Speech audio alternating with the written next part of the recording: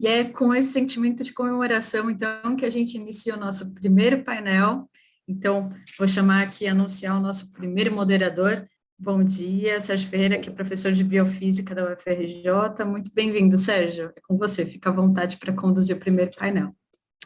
Muito obrigado, Crícia. Obrigado a Fernanda, ao André, pelas palavras iniciais aí. Tenho certeza de que esse vai ser um evento super interessante. É realmente um prazer estar aqui hoje com vocês. Eu agradeço pela oportunidade de coordenar essa primeira mesa, nesse encontro que tem tudo para ser uma manhã super estimulante para todos os que estão participando e assistindo. Então, nessa primeira mesa, nós vamos tratar de avanços em terapias inovadoras. E eu diria, assim, antes de apresentar os palestrantes, eu diria que se nós pensamos no que tem acontecido na medicina e no que está por acontecer na medicina moderna, eu acho que é possível perceber que o século passado ele foi realmente marcado por avanços marcantes na medicina em geral, especialmente no que diz respeito aos campos da epidemiologia, do diagnóstico cada vez mais precoce de doenças e no seu tratamento. Vários exemplos assim que às vezes a gente assume como sendo naturais, mas que foram realmente marcos e grandes milestones assim na evolução da medicina e da terapia, incluem o desenvolvimento e a introdução na clínica dos antibióticos, por exemplo, que há apenas 100 anos atrás matavam enorme quantidade de pessoas com infecções às vezes até triviais hoje do ponto de vista da medicina moderna.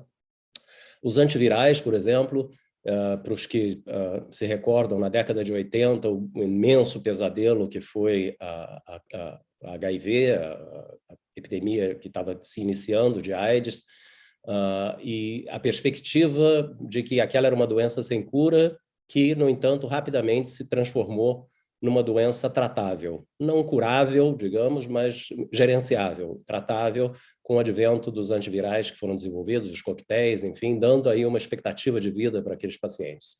Hoje em dia, novamente, com outra doença viral, com a pandemia que nós estamos aí atravessando, que insiste em ficar conosco, por mais que nós queiramos que ela vá embora, novamente nós vemos aí o imenso esforço que vem sendo feito, e rápido, para o desenvolvimento de não apenas das vacinas, como também de antivirais, que poderão finalmente nos livrar desse SARS-CoV-2 no futuro próximo, esperemos, né? Além dessas doenças infecciosas, nós tivemos também a introdução na clínica de antihipertensivos, antidiabéticos, que permitem a qualidade de vida e prolongar a vida de pessoas que têm doenças crônicas. Os antidepressivos, e acho que nós vamos ouvir um pouco mais sobre saúde mental neste agora e nos próximos painéis também, e também, por exemplo, no transplante de órgãos. Enfim, foram várias áreas da medicina em que houve avanços marcantes. O grande problema disso tudo é que esses avanços se justificam e foram direcionados por análises epidemiológicas de grandes populações, de grandes coortes de indivíduos, e na média vê-se que os tratamentos funcionam. O problema é que nem todos os pacientes respondem. E isso tem levado, como nós sabemos, nos últimos anos, ao que vem sendo chamado de desenvolvimento da medicina personalizada. Em alguns casos, a medicina individualizada mesmo, porque os tratamentos estão sendo cada vez mais pensados, imaginados, ainda que talvez não sejam ainda a realidade imediata, mas cada vez mais imaginados como tratamentos que poderão ser direcionados para um ou poucos pacientes. Então, é possível já, por exemplo, e isso já vem surgindo na fronteira da medicina, imaginar tratamentos para o que se chama de doenças de N igual a 1, quer dizer, doenças que afetam um ou poucos pacientes, com terapias realmente direcionadas para os defeitos, digamos assim, para as alterações presentes naquele único paciente e que permitam realmente um tratamento muito individualizado da condição que afeta aquele paciente. Então, nesse primeiro painel de hoje, nós vamos tratar justamente de algumas dessas terapias inovadoras, alguns dos avanços recentes que vêm sendo feitos. Nós vamos ter, então, inicialmente a participação do Bruno Solano, que vai nos falar um pouco sobre terapias celulares, especificamente no que diz respeito ao uso de células mesenquimais como agentes terapêuticos. Em seguida, nós vamos ter a Clarice e o Luiz Toffoli, que vão nos falar, primeiro, o Luiz sobre a ciência psicodélica de maneira mais ampla um pouco, e a Clarice nos traz uma perspectiva muito interessante no contexto desse evento de hoje, que é justamente o estudo de caso de uma startup recente no cenário brasileiro, que é a Sairama, que visa atuar justamente nesse segmento de psicodélicos e de ciência psicodélica. E, finalmente, nós vamos ter o Eduardo Rego nos falando sobre o uso de células T engenheiradas para expressar o que nós chamamos de antígeno, receptor de antígeno quimérico, que são receptores que vão reconhecer antígenos específicos presentes, por exemplo, em células cancerosas, e que sinalizam através de domínios intracelulares igualmente engenheirados para disparar respostas específicas naquelas células e são usadas, então, com efeito terapeuticamente, já em vários casos de câncer. Então, eu tenho certeza de que vai ser uma mesa muito interessante. Eu já agradeço de antemão a todos os panelistas pela participação e passo a palavra, então, ao Bruno para que comece. Antes apenas disso, deixe-me apenas apresentar para os que não conhecem. O Bruno, ele é médico, obteve seu grau de médico e seu doutorado na Universidade Federal da Bahia. Ele atua como pesquisador da Fiocruz Bahia, mas igualmente como pesquisador neurocientista do Instituto DOR, de Pesquisa e Ensino, do IDOR, em Salvador, onde ele coordena o Centro de Biotecnologia e Terapia Celular no Hospital São Rafael, que é um dos hospitais da rede. Bruno, o microfone é seu agora. Obrigado, Sérgio. Eu queria agradecer muito a oportunidade de estar aqui, é uma satisfação para falar desse tema que tem sido a linha principal de pesquisa do nosso laboratório, né, envolvendo produtos terapêuticos avançados à base de células mesenquimais e, mais recentemente, os exossomos, como está o estado da arte, né, falar um pouquinho sobre isso e de que modo esse tipo de terapia tem avançado, em especial o nosso trabalho no São Rafael, unidade do IDO em Salvador. Bom, então, só para ter certeza que estamos todos na mesma página, alguns conceitos, né? Terapia celular é a área da medicina que consiste no uso de células humanas com finalidades terapêuticas, e as células podem ser obtidas do próprio paciente para uso autólogo ou de doador em uso halogênico, podem ser minimamente ou extensamente manipuladas em laboratório.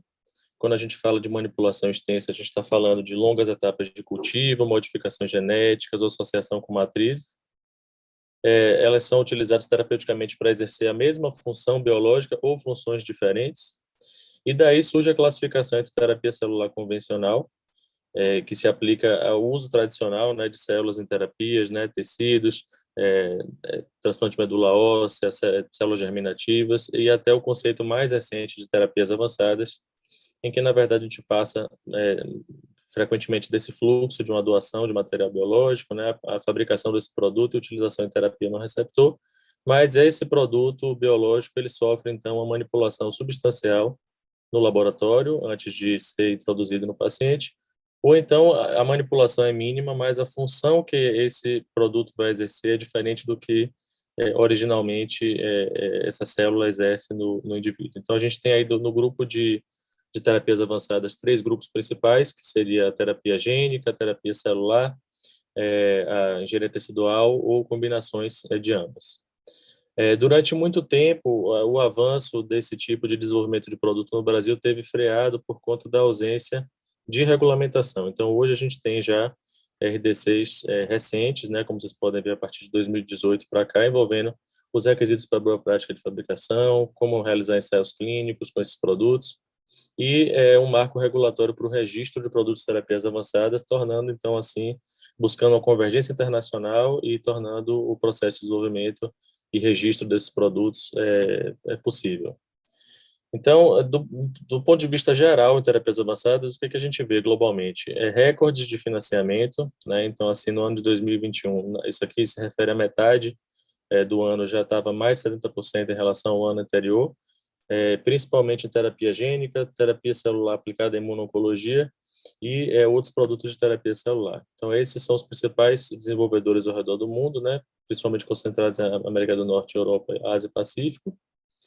E observe que as indicações elas perpassam por todas as especialidades médicas, né, desses produtos. Então, há um grande potencial para trazer novas soluções para necessidades médicas não atendidas no momento. e veja que nos últimos anos esse tipo de produto tem avançado de fase 1 para fase 2, onde a maioria se encontra, também em fase 3 e alguns têm chegado ao mercado. Hoje a gente vai focar especificamente nas células mesenquimais, né? A gente vai ouvir falar mais sobre outros produtos como CAR-T na apresentação do professor Eduardo. Mas as células mesenquimais, a gente usa essa sigla MSC, é uma abreviação para mesenchymal stem cell, né? Célula tronco mesenquimal, também para célula estromal mesenquimal ou para célula medicinal sinalizadora. Há uma dificuldade, uma diversidade de formas de chamar a mesma coisa, que são essas células que podem ser obtidas, na verdade, da medula óssea, do tecido adiposo, do tecido do cordão umbilical, da polpa dentária, dentre outros.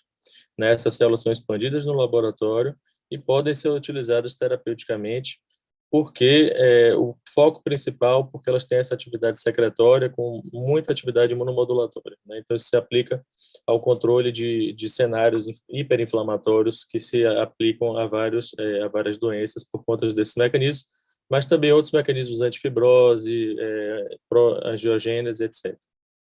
Aqui é só mostrando também, em relação ao mecanismo de ação, essa célula mesenquimal ela secreta fatores de crescimento e citocinas, mas ela também, um dos pontos principais, talvez, seria a liberação dos exossomos, que são essas vesículas extracelulares, que são formas que a célula usa para comunicar e regular processos em outros tecidos. Então, isso vai ser falado um pouquinho mais para frente na apresentação. Então, alguns exemplos aqui para vocês verem como é ampla, né, a aplicação dessas células na medicina. Então, a gente tem desde aplicações de engenharia tecidual para substituição de cartilagem, biopressão, regeneração óssea, ou explorando esse papel imunomodulatório da célula, né, e aí se aplica a doenças hiperinflamatórias, como doenças autoimunes, a doença do enxerto verso hospedeiro, a COVID, né, mais recentemente. Ou ainda, como essas células secretam um repertório grande de moléculas e fatores tróficos e vesículas extracelulares, a aplicação em outras doenças neurodegenerativas além de cardiovasculares também. Então, vocês veem que desde 1970, quando pela primeira vez Friedenstein descreveu as células mesenquimais, houve grande avanço, principalmente concentrado nos últimos 20 anos, né, em que se passou a se conduzir, né, estudos pré-clínicos e clínicos com as células mesenquimais, e a serem registrados os primeiros produtos, né, em alguns países para o tratamento de doença do enxerto verso hospedeiro, tratamento de fístulas associadas à doença de Crohn e outras indicações que surgem a todo momento. Esses são alguns trabalhos que demonstram, né, a eficácia das células mesenquimais no tratamento da doença do enxerto verso hospedeiro. E o que a gente observa, assim, extrapolando a questão da doença do enxerto verso hospedeiro, é que com o número de ensaios clínicos que a gente já tem publicados com células mesenquimais, a gente não tem dúvida em relação à segurança desse produto, porque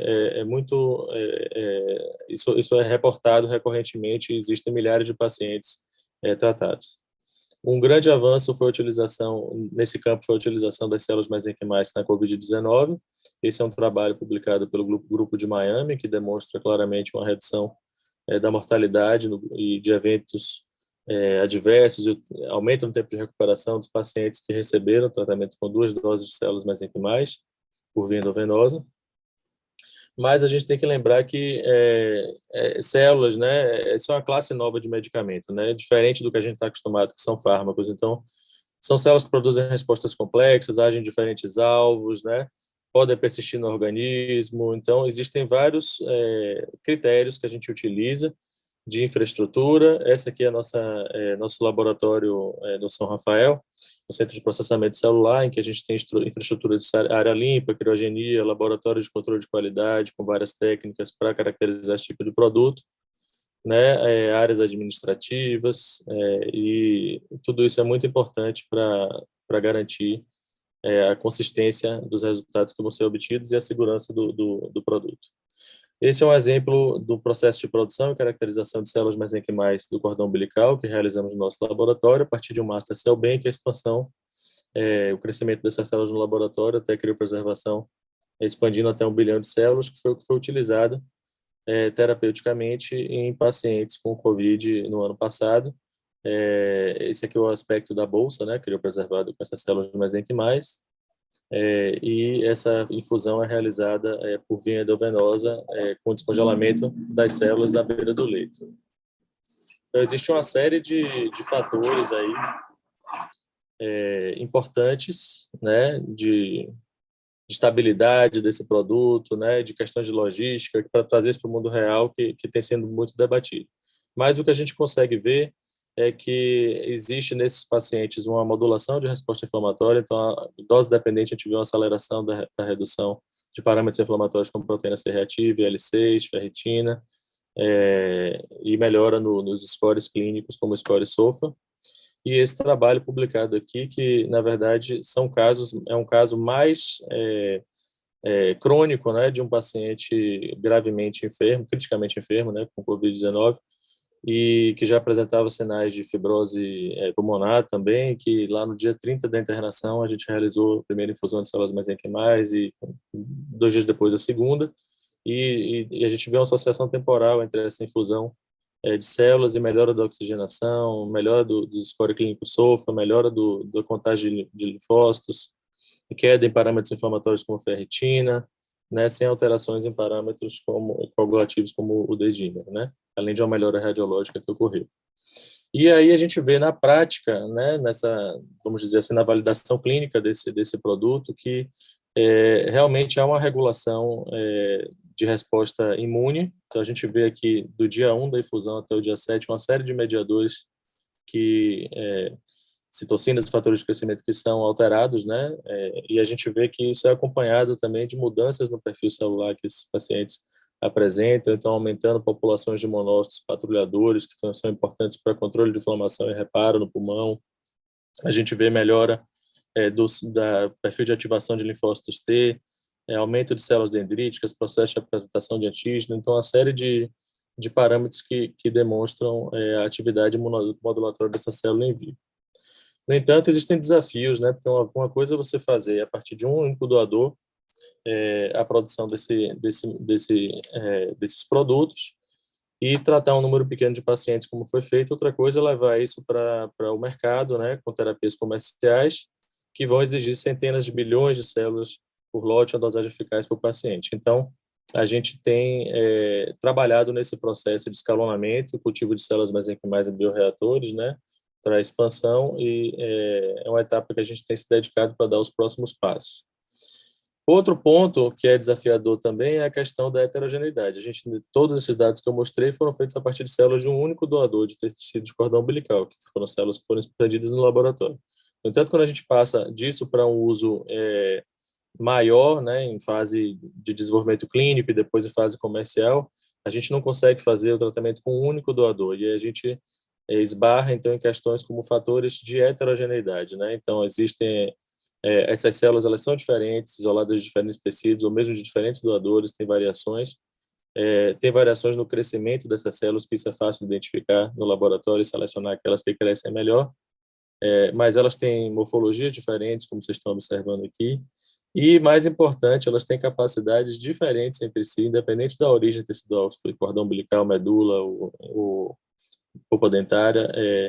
Entre os isolados, a gente vê diferenças fundamentais na regulação das citocinas, ou seja, na atividade imunomodulatória. Então, para nós foi um dever de casa importante também estabelecer os parâmetros críticos para que a gente possa selecionar células que tenham um padrão semelhante entre elas e assim eliminar variabilidade de resultados depois na fase subsequente. Daí, como outras perspectivas que a gente tem visto no campo, é que, como eu falei para vocês, as células mesenquimais, elas atuam através do seu perfil secretório, né, no controle de doenças inflamatórias. Então, isso trouxe algumas inovações no sentido de não realizar a infusão da célula mesenquimal, e sim acoplar num dispositivo extracorpóreo, né, em pacientes, por exemplo, que estão realizando diálise na terapia intensiva, e que esse sangue, então, circula dentro de uma membrana de fibra oca, né, onde estão as células mesenquimais, e ali, então, a troca, né, a liberação de vesículas extracelulares, que foi demonstrado nesse trabalho que essa abordagem sem infusão de células, ou seja, uma abordagem ex vivo, com um dispositivo associado às células, é capaz, sim, de regular a resposta inflamatória, reduzindo citocinas inflamatórias e aumentando citocinas anti-inflamatórias. E isso nos leva ao segundo ponto. Então, existe toda uma complexidade em se fabricar a célula e fazer essa célula chegar viva, em boas condições de estabilidade para o paciente, E existe essa nova alternativa, então, que é a produção do produto, né, secretado por essas células, que são os exossomos ou as vesículas extracelulares. Esse é um caso de um trabalho que utilizou no tratamento da Covid-19, demonstrando que, mesmo sem as células, a utilização apenas dessas vesículas já é capaz de também regular uma série de parâmetros inflamatórios nesses pacientes. E é isso que a gente tem trabalhado, então, para estabelecer todo o processo de produção desses exossomos em condições de boas práticas, né, que é algo desafiador e único aqui no Brasil. E estamos, então, em fase de preparação para submissão regulatória desse estudo fase 1, que já tem financiamento para utilizar essas vesículas em alguns pacientes com Covid-19 severo. Esperamos que ano que vem isso possa se tornar uma realidade. Então, como conclusões, a gente tem que as terapias avançadas compreendem a utilização de terapêutica de células, genes e tecidos, bioengenhados ou combinações. Do ponto de vista regulatório, são produtos farmacêuticos, medicamentos, não são serviços médicos. Tem ocorrido um avanço expressivo nos últimos anos, impulsionado por experiências bem-sucedidas no campo da imuno-oncologia, com CAR-T-cells, mas isso puxou o campo como um todo, incluindo o de células-tronco, células mesenquimais e outras. E há uma tendência de crescimento das terapias halogênicas, da modificação genética das células e a utilização dos exossomos em terapias cell-free. Essas terapias elas têm um potencial para revolucionar a medicina e trazer soluções para necessidades médicas não atendidas até o momento. Então, eu queria aqui agradecer, né, toda a equipe do CBTC, lá no Hospital São Rafael, a equipe do IDO, a direção aqui do São Rafael, que nos apoia bastante, e dizer que, enfim, fizemos uma longa estrada até agora e nos sentimos prontos aqui para os próximos passos para fazer esses produtos chegarem, serem desenvolvidos e chegar aos pacientes. Estamos muito dispostos a discutir e estabelecer novas parcerias para isso. Então, obrigado. Muito obrigado, Bruno. Eu acho que começamos assim em excelente tom, com uma apresentação muito boa e com muita perspectiva aí de potenciais aplicações futuras. Nós vamos passar agora por um tema diferente, diretamente ligado à saúde mental. Nós, para isso, vamos ter duas apresentações em seguida. A primeira delas, da Clarice Pires. Clarice, ela é economista pela Universidade do Estado do Rio de Janeiro e fez mestrado em políticas públicas pela UFRJ. E é especialista em gestão da inovação, já tem bastante experiência há vários anos na atuação em estruturação de modelos de negócios, em empresas de biotecnologia, e mais recentemente ela participa do lançamento e da estruturação dessa nova startup, que é a Sairama Ciência Psicodélica. E, ao mesmo tempo, em paralelo, nós teremos a apresentação do Luiz Toffoli, que é professor de psiquiatria da Unicamp. Luiz é médico pela Universidade de São Paulo e fez residência médica em psiquiatria pelo Instituto de Psiquiatria também da Universidade de São Paulo, né? E doutorado em medicina igualmente por lá, e também é um psiquiatra que tem bastante experiência e atuação na área de políticas públicas de drogas e saúde mental, especificamente com aplicações de drogas como a ayahuasca em atenção de saúde primária. Então, eu convido inicialmente, não sei se a Clarice gostaria de iniciar, o Luiz gostaria de iniciar, então talvez. Acho que podemos começar pelo Luiz e depois passamos, então, para a Clarice para o estudo de caso da Sairama. Pode ser assim? Obrigado, Sérgio. É isso mesmo, a gente combinou de eu trazer o tema. Queria agradecer ao convite, a presença de estar, né, a possibilidade de estar aqui, falar para vocês desse campo. Eu vou aqui compartilhar a tela. E... Sim. A ideia basicamente aqui é eu mostrar para vocês um pouquinho em que pé que estão as coisas na pesquisa terapêutica com psicodélicos na modernidade, né? Que é uma história que começa no século XX e que depois ela sofre uma desaceleração, voltando a se acelerar novamente no final do próprio século XX e no começo do século XXI. E explodindo agora no início, né, da terceira década, né? E aí a Clarice vai falar um pouco da questão das oportunidades que isso traz, né, no campo corporativo, vamos dizer assim, né? Eu fiz uma escolha de falar para vocês principalmente sobre mecanismos.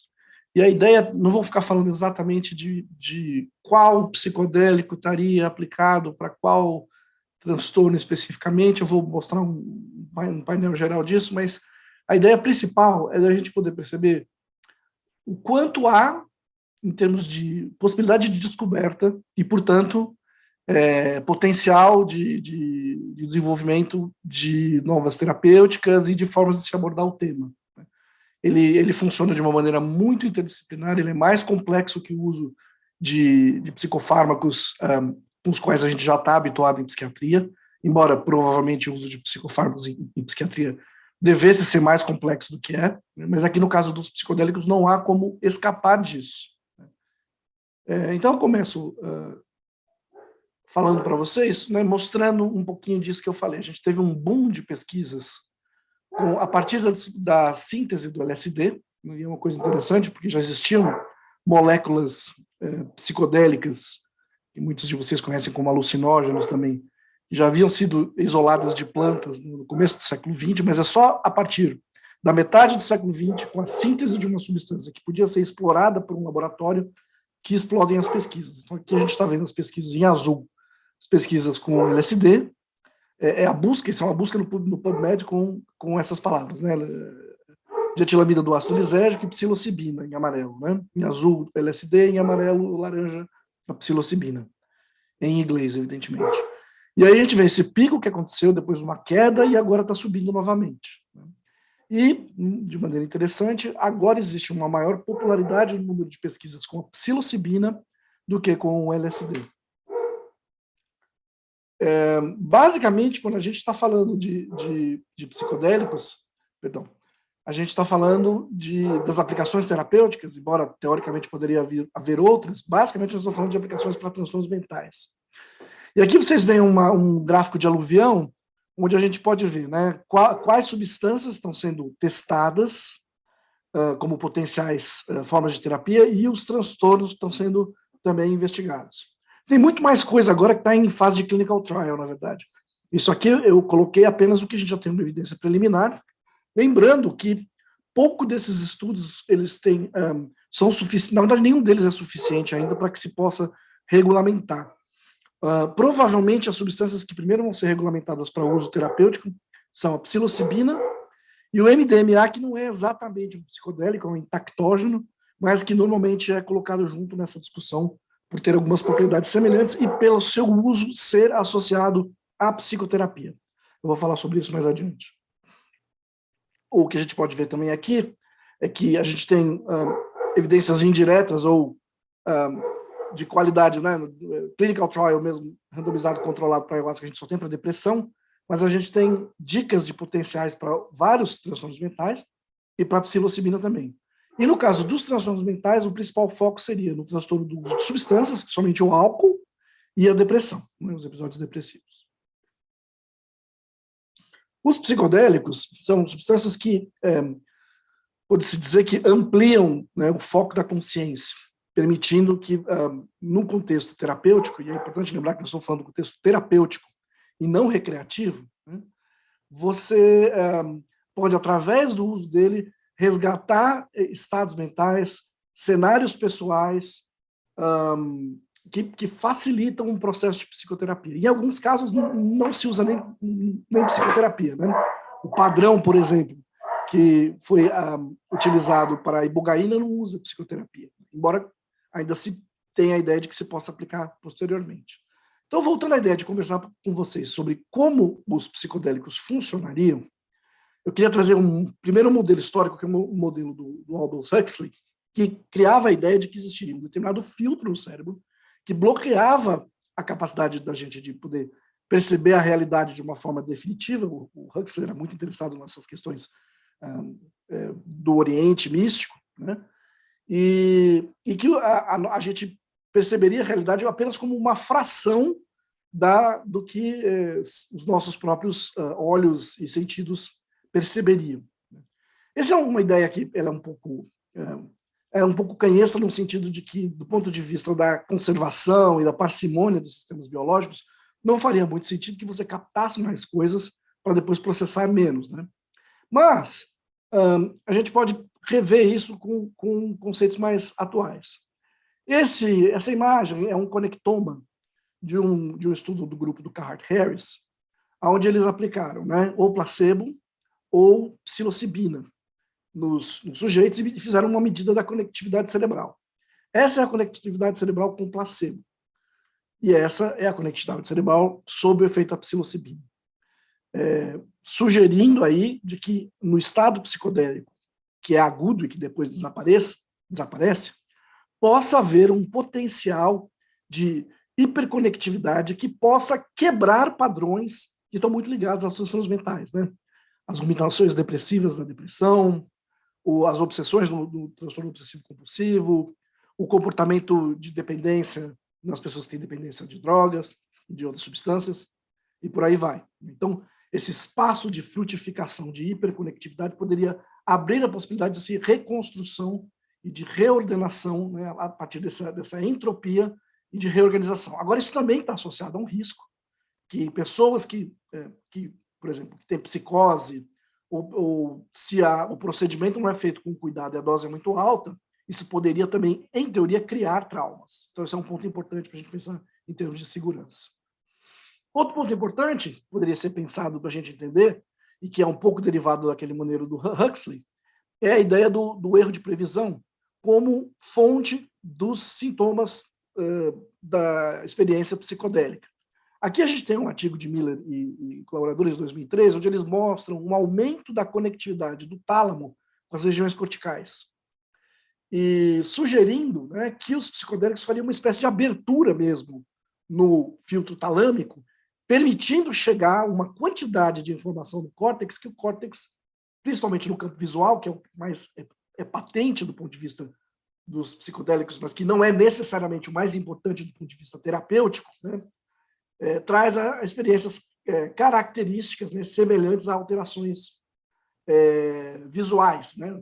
Você fazendo falso reconhecimento de padrões visuais. Isso, curiosamente, pode ser simulado em programas de computador, em algoritmos de computador, como é feito nessa imagem aí. Essa imagem não é alguém alucinando, é o computador alucinando com um processo de hiperreconhecimento de padrões, que é uma das coisas que a gente entende que pode acontecer também no caso dos psicodélicos, e que também, nesse momento de hiperconectividade e hiperreconhecimento de padrões, também seria possível você fazer transformações nos estados emocionais da pessoa. A gente tem também evidência de que a Default Mode Network está desativada nos psicodélicos, a gente já tem estudos mostrando isso em psilocibina, ayahuasca e também LSD, sabendo que esses estados mentais de ruminação estão hiperativados da DMN, então a redução da DMN também é uma potencial explicação para os efeitos dos psicodélicos.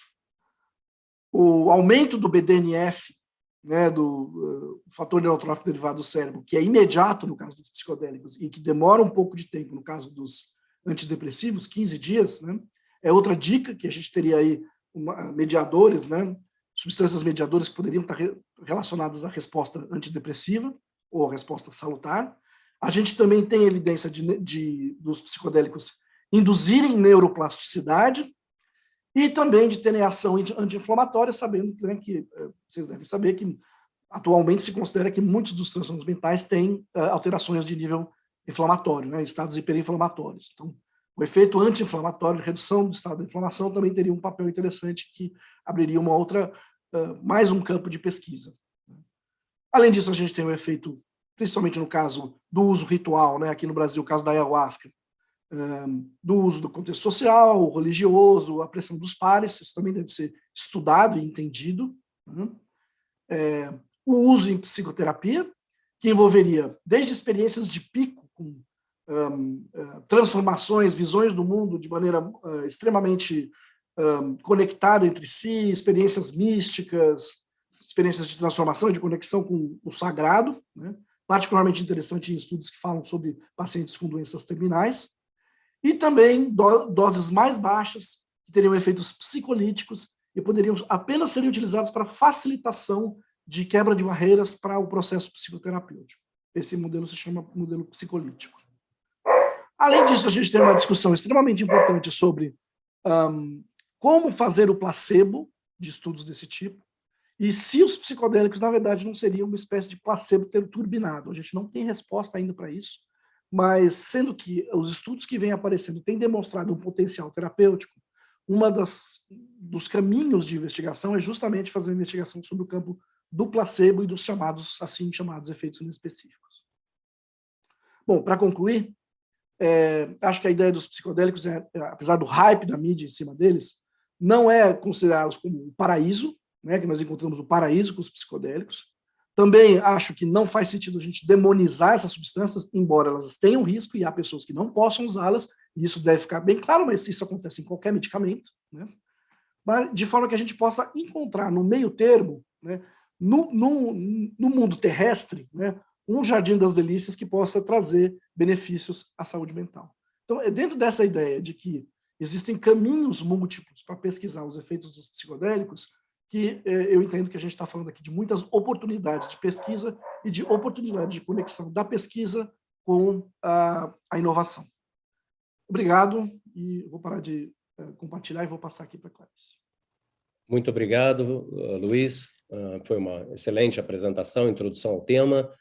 Nós seguimos, então, agora fazendo um pulo translacional, justamente saindo um pouquinho dessa questão mais geral, mais conceitual do uso dos psicodélicos para as suas potenciais aplicações.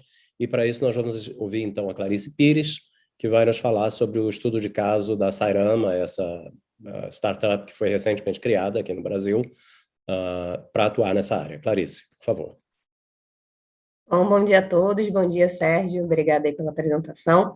É um grande prazer estar aqui falando com vocês, obrigada pelo convite.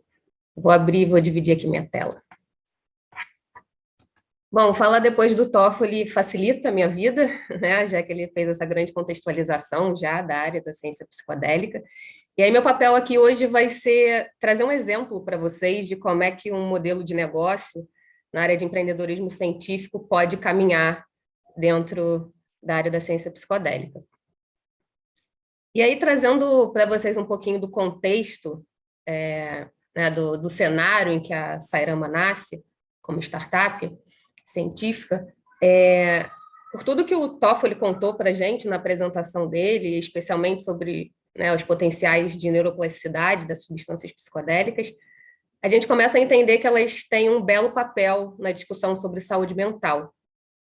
E aí, especialmente nesse momento que a gente vive um grande desafio global, trazido não só pela pandemia da Covid-19, mas ainda antes da pandemia da Covid, a gente já falava sobre epidemia de tristeza, epidemia de depressão, ansiedade globalmente. E aí, olhando toda a produção científica e toda a estruturação em torno da ciência psicodélica, a gente percebe que, de fato, trazer a discussão da saúde mental agora para a ordem do dia é cada vez mais importante, e os psicodélicos podem ter um papel nessas discussões e nas possíveis, né, terapias inovadoras, alternativas, que possam trazer importantes respostas para os terapêuticos hoje, com poucas respostas ainda no mercado. E aí, quando a gente olha para um modelo de negócio nessa área, a gente percebe que hoje, dentro dos centros tecnológicos e das universidades mundialmente, no Brasil não é diferente, vem acontecendo uma série de estudos e pesquisas muito robustas na área da ciência psicodélica, e essas pesquisas acontecem dentro da estrutura desses centros tecnológicos, e o early stage desses projetos, normalmente, né, inicia dentro da cabeça de um pesquisador, que está nessas instituições, como é o caso do Toffoli, por exemplo, e de vários outros. E essas instituições, elas não têm como um papel central trazer aplicabilidade para as pesquisas. A função da universidade, dos centros tecnológicos, é exatamente, no primeiro momento, fazer pesquisa básica, depois identificar parceiros que possam trabalhar a aplicabilidade dessas pesquisas. Quando a gente olha para a régua de amadurecimento tecnológico na área da saúde humana, e aqui o TRL é só mais um formato, né, uma ferramenta que mostra isso, as etapas que as pesquisas passam, desde a concepção do projeto no laboratório até, de fato, a inovação. A gente sabe que o conceito de inovação exige a chegada ao mercado, né, a chegada à sociedade.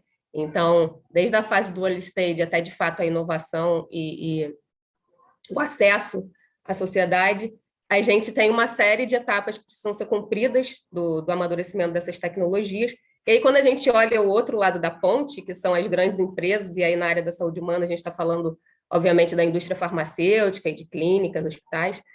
Quando a gente olha essas grandes empresas, elas precisam também que essas tecnologias cheguem até o ponto que elas possam absorvê-las. E aí, para isso, entre esses dois mundos, a gente precisa de uma instituição atuando aqui e co-desenvolvendo essas pesquisas com esses grandes centros, estabelecendo os arranjos produtivos, toda a estruturação de rede de parceiros, para que essas tecnologias cheguem ao ponto de serem absorvidas e aí, de fato, essas grandes empresas poderem levar isso aos pacientes, enfim, em última análise, à sociedade. A Sairama é exatamente essa startup que atua nessa ponte. Então, a gente é uma startup de pesquisa, desenvolvimento e inovação, com ênfase no desenvolvimento de abordagens terapêuticas através de protocolos de psicoterapia assistida, combinados com o uso dessas substâncias psicodélicas, focados no uso dessas substâncias, e na geração contínua de novos medicamentos. E aí, quando a gente olha para um modelo de negócio robusto na área científica, um modelo de base científica, ele precisa atender esses 3 pilares centrais. Então, ele precisa responder como é que ele traz benefício à sociedade, como ele trabalha de forma enxuta, sendo uma empresa nascente, uma startup, e como é que ele gera valor nas suas atividades, como é que ele gera valor e estabelece a monetização dos seus projetos. A Sairama entende que quando a gente co-desenvolve esses projetos de ciência psicodélica em parceria com ICTs, universidades, a gente está contribuindo diretamente para a estruturação acadêmica e institucional do setor no Brasil e globalmente também. Quando a gente trabalha em conjunto, produção científica robusta, e a gente leva isso cada vez de forma mais acessível para a sociedade em geral, a gente está trazendo uma facilitação de estruturação de massa crítica do setor, especialmente para um setor que vai falar de desafios regulatórios tão grandes, como é a área da ciência psicodélica.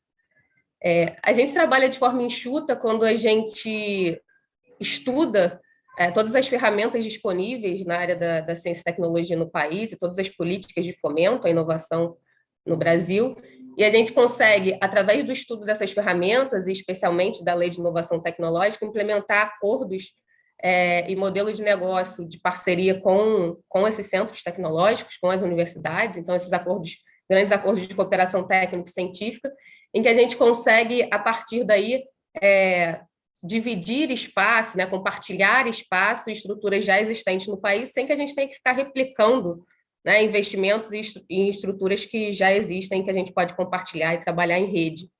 Então, a gente entende que contribui com esse formato do ecossistema de Open Innovation no país, estruturando um modelo através da Lei de Inovação Tecnológica.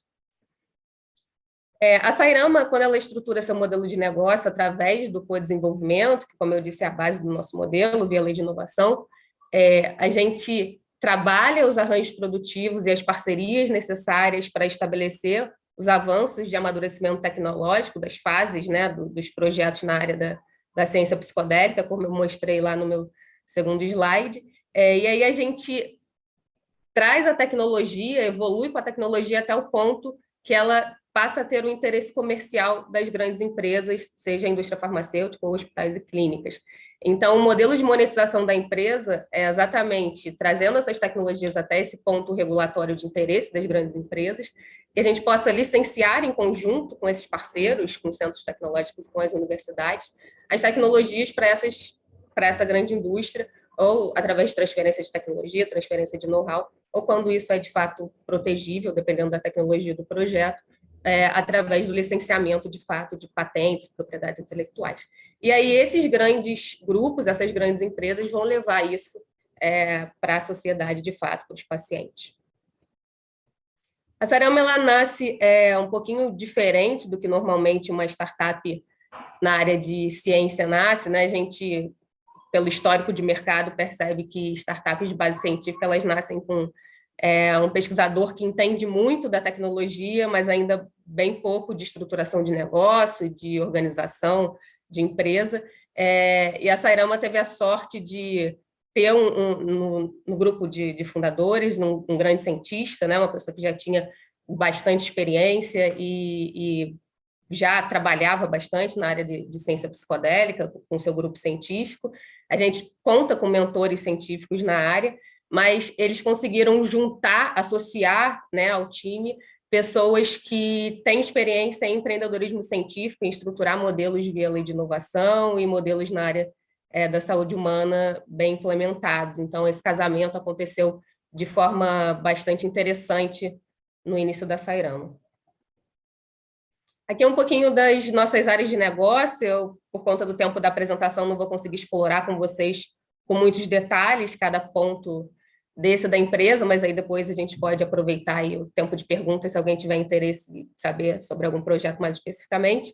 Mas a gente organiza o portfólio da Sairama em duas grandes áreas de negócio.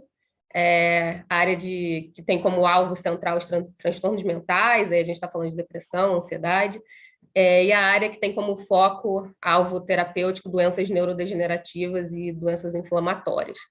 Sob a ótica da área de transtornos mentais, o nosso grande foco é o desenvolvimento de protocolos de psicoterapia assistida, combinados com o uso dessas substâncias, né? A produção científica global vem mostrando para a gente também que quando, através de vários estudos robustos que aconteceram mundialmente, e agora vão começar a acontecer no Brasil, alguns já aconteceram no Brasil também, mas a gente vai começar a ampliar isso, e a Sairama contribui, né? Quer contribuir com esse ecossistema. Mas a gente percebe pela produção científica que entre o uso isolado dessas substâncias e o uso no processo terapêutico, existe um potencial grande de ser favorável para o paciente a associação da psicoterapia assistida. Então, a gente tem como grande foco desenvolver esses protocolos dentro da empresa e depois, em parceria com as ICTs, levar isso para clínicas que possam levar isso para pacientes no geral. E na nossa área de doenças neurodegenerativas, é a área que a gente brinca que é, né, a nossa wet biotech, a biotecnologia de laboratório mesmo, a gente vai estar falando de hard science. A ideia é que a gente possa identificar e explorar perfis de potencialidades de moléculas na área. Então, entender, né, a capacidade dessas moléculas na área da ciência psicodélica e trabalhar no modelo de testagem em doença em animal para identificar como é que a gente pode explorar essas moléculas com fins terapêuticos no futuro. Dentro dessa área, a gente também tem parceiros fortes para desenvolver formulações farmacêuticas de fronteira conosco, de forma que a gente traga essas moléculas para os parceiros industriais com uma abordagem, né, uma proposta de um perfil de biodisponibilidade mais interessante, enfim, tudo que possa favorecer aí, o futuro da terapêutica junto aos pacientes. Aqui um pouco dos nossos parceiros estratégicos, a gente já tem várias parcerias assinadas, mais para a nossa área de desenvolvimento de protocolos de psicoterapia assistida, já com a PUC do Rio de Janeiro, através do pesquisador professor Daniel Mograbi, na Universidade Federal do Rio Grande do Sul, através do professor Eduardo Zimmer, que trabalha com a gente junto com a plataforma de modelagem animal dele, focada em doenças neurodegenerativas, e na UFRJ, o professor Lúcio Cabral, grande parceiro aí na parte de desenvolvimento de formulações farmacêuticas. A Sairama, ela literalmente foi de norte a sul do país nas suas parcerias, então ali representada também a Universidade Federal do Rio Grande do Norte, a empresa Nova Geia Biotech, em parceria conosco também. Em breve, a gente pretende colocar fotinho do Toffoli aí, a gente já vem discutindo sobre várias parcerias com a Unicamp, também para desenvolvimento de protocolos, enfim, em breve o Toffoli estará nos nossos slides. E aqui, só para fechar, estou finalizando minha apresentação, queria finalizar com essa reflexão, né, que como o modelo de negócio na área de ciência e empreendedorismo científico preconiza, o Open Innovation, em redes sempre somos mais fortes. Então, se a gente olha para o nosso cenário brasileiro hoje, sob a ótica de fomento à inovação, fomento a pesquisas científicas, a gente vem vivendo aí uma asfixia da ciência brasileira, sem dúvida, todo mundo, né, vem acompanhando isso nas notícias de jornal, né, a redução dos orçamentos para a ciência, ano após ano. Eu trago um gráfico aí também, esse gráfico de barras laranjas e azuis, que é um gráfico que, como brasileira, me traz um pouco de vergonha, mas eu acho que é um gráfico que deve ser cada vez mais mostrado para que cada vez mais pessoas entendam a situação e a gente possa, de fato, promover a mudança nisso através dos modelos de Open Innovation, né? Então, esse gráfico ele mostra os gastos em relação ao PIB de cada país. O Brasil é o penúltimo ali, e é o único que tem barras azuis a barra azul maior do que a barra laranja dentre os países do gráfico. A barra laranja é barra com gastos em P&D em relação ao nosso PIB, e a barra azul são gastos com o poder judiciário em relação ao nosso PIB. O Brasil é um país que gasta mais com o poder judiciário do que com P&D. Tem alguma coisa muito errada acontecendo. Então, o estímulo do trabalho, da ciência, do empreendedorismo científico, através do Open Innovation e dessas estruturas de trabalho em rede, é cada vez mais importante para que a gente possa mudar a situação desse gráfico aí para o Brasil. Obviamente, todos os países que mostram a barra laranja grande são países que estão investindo fortemente, de forma muito séria, em ciência, por isso estão se desenvolvendo, isso reflete no PIB deles, no desenvolvimento econômico e social, diretamente, obviamente. Então, queria agradecer a todos, estou disponível aí para as perguntas e para seguir ouvindo o pessoal do painel. Muito obrigado, Clarice, pela sua excelente apresentação, acho que foi muito inspiradora. Esse gráfico final certamente nos remete à realidade difícil que a gente vem vivendo no Brasil, mas, ao mesmo tempo, a tua apresentação, eu acho que nos coloca, assim, a perspectiva de que há espaço, apesar de todas as dificuldades conjunturais, há espaço para assim, respiros e novas iniciativas inspiradoras que possam permitir que a gente avance nessa área importante. Muito obrigado. Antes de passar para o nosso último apresentador, eu quero lembrar a todos os que estão nos assistindo que nós vamos ter, ao final da sessão, um tempo para perguntas, comentários, enfim, discussão entre os panelistas e entre a audiência. Então, eu gostaria de convidar a todos para que fiquem à vontade para colocar perguntas nesse botão Q&A, que tem aí embaixo, na barra de ferramentas do Zoom, esse botãozinho Q&A. Se você colocar a sua pergunta ali, nós teremos chance de atender algumas dessas questões ao final. Bom, vamos passar então para o nosso último apresentador desse painel, o Eduardo Rego. Ele é médico, graduado em medicina pela Faculdade de Medicina de Ribeirão Preto, na USP, onde ele também fez a sua residência e o seu doutorado. Depois disso, ele fez, então, um pós-doutorado em Nova York, no Memorial Sloan Kettering Cancer Center, se especializando em oncologia, pesquisa e na clínica. E no Brasil, de volta ao Brasil, então, ele se tornou professor titular de hematologia da Faculdade de Medicina da USP. Ele é também pesquisador do IDOR e coordenador da área de hematologia da rede DOR, da oncologia DOR. Então, é um prazer tê-lo aqui hoje, Eduardo, e o microfone é seu, então. Muito obrigado, Sérgio. Gostaria também de começar agradecendo pelo convite, pela oportunidade de estar participando desse painel, que muito me honra, e também pela oportunidade que tenho tido dentro do IDOR em desenvolvimento e aprimoração científica. Bom, eu vou começar compartilhando a minha tela aqui. E hoje o tema da minha palestra aqui vai ser terapia avançada com células T expressando antígenos, receptores de antígenos quiméricos, as chamadas CAR T-cell. E do que nós estamos falando nessa tecnologia? Então, essa é uma tecnologia relativamente recente, com o objetivo de direcionar e amplificar a resposta imunológica antitumoral, usando células, linfócitos T do próprio indivíduo, do próprio paciente, que são modificadas ex vivo para expressar uma molécula modificada, que é então, um receptor de antígeno quimérico. O processo, ele basicamente passa pela coleta desses linfócitos T a partir do sangue periférico.